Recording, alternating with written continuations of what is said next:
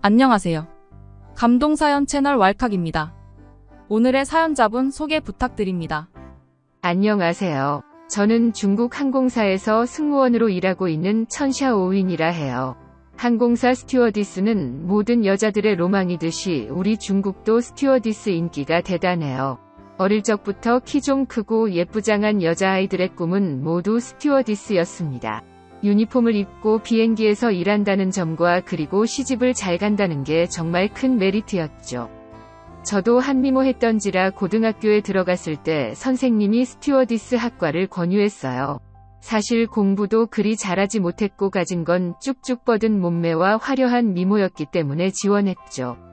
그래서 2년 제 학교를 나와 어린 나이에 바로 중국 항공사에 지원했고 뽑히게 되었어요. 진짜 기뻤어요. 왜냐면 그 당시 경쟁률이 180대 1 정도였거든요. 그 중에 제가 뽑힌 거잖아요. 중국은 인구수가 많아서 스튜어디스 경쟁률이 진짜 미쳤어요.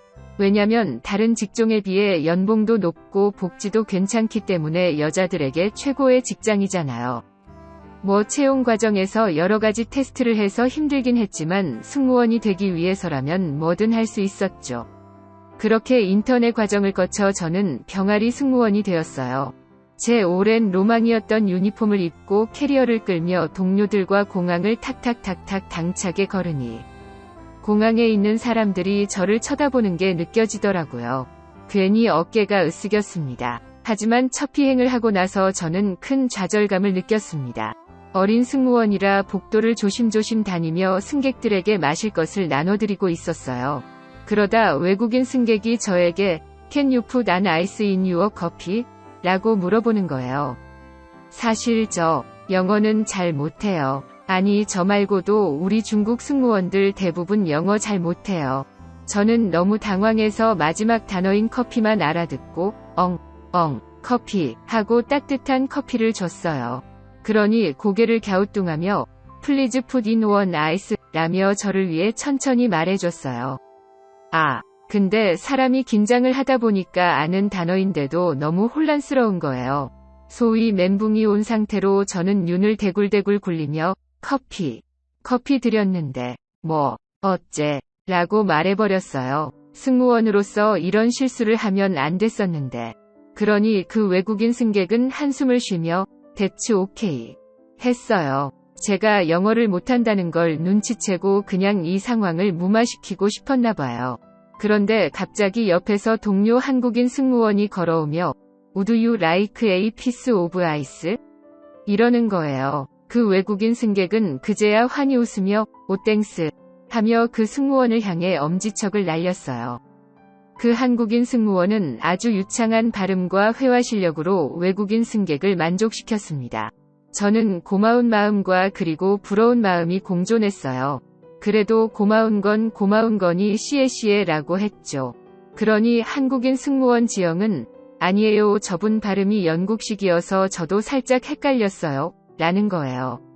저는 그 순간 그녀에게 마음이 활짝 열렸습니다. 그 수준 높은 영어 실력을 가지고서도 으스대지 않고 겸손한 태도에 정말 반해버렸죠. 그 이후 우리는 친한 동료가 되었고 지역 말고도 다른 한국인 승무원들과도 많이 친해졌어요. 저는 한국인 승무원과 함께 비행하는 걸 정말 선호했어요. 왜냐면 중국 승무원들끼리 같이 비행을 하면 외국인 승객 대응이 정말 어렵거든요. 근데 한국인 승무원들은 다들 대부분 영어를 잘해서 외국인 승객 대응도 쉽고 눈치도 빠르고 상황 대처 능력이 뛰어나 서비스도 빠릿빠릿하게 잘해요. 저 말고도 제 상사 승무원들 역시 같이 비행을 할 때 한국 승무원들을 많이 원했죠. 우리 항공사에는 중국, 한국, 일본 승무원들이 다 같이 있거든요. 다들 각자 장점들이 있지만 제가 봤을 땐 한국 승무원들이 실력도 제일 좋고 일도 잘해요. 일본 승무원들은 나긋나긋하고 서비스 정신이 뛰어나지만 영어 실력이 정말 최악이거든요. 저도 그렇게 영어를 잘하는 건 아니지만 일본인 승무원들은 아예 소통 자체가 안 돼요. 영어를 할 줄 모르는 게 아니라 발음이 정말 이상해서 무슨 외계인 말을 하는 것 같거든요. 어떤 날에 한 외국인 승객인 Where is toilet? 이라 물었어요.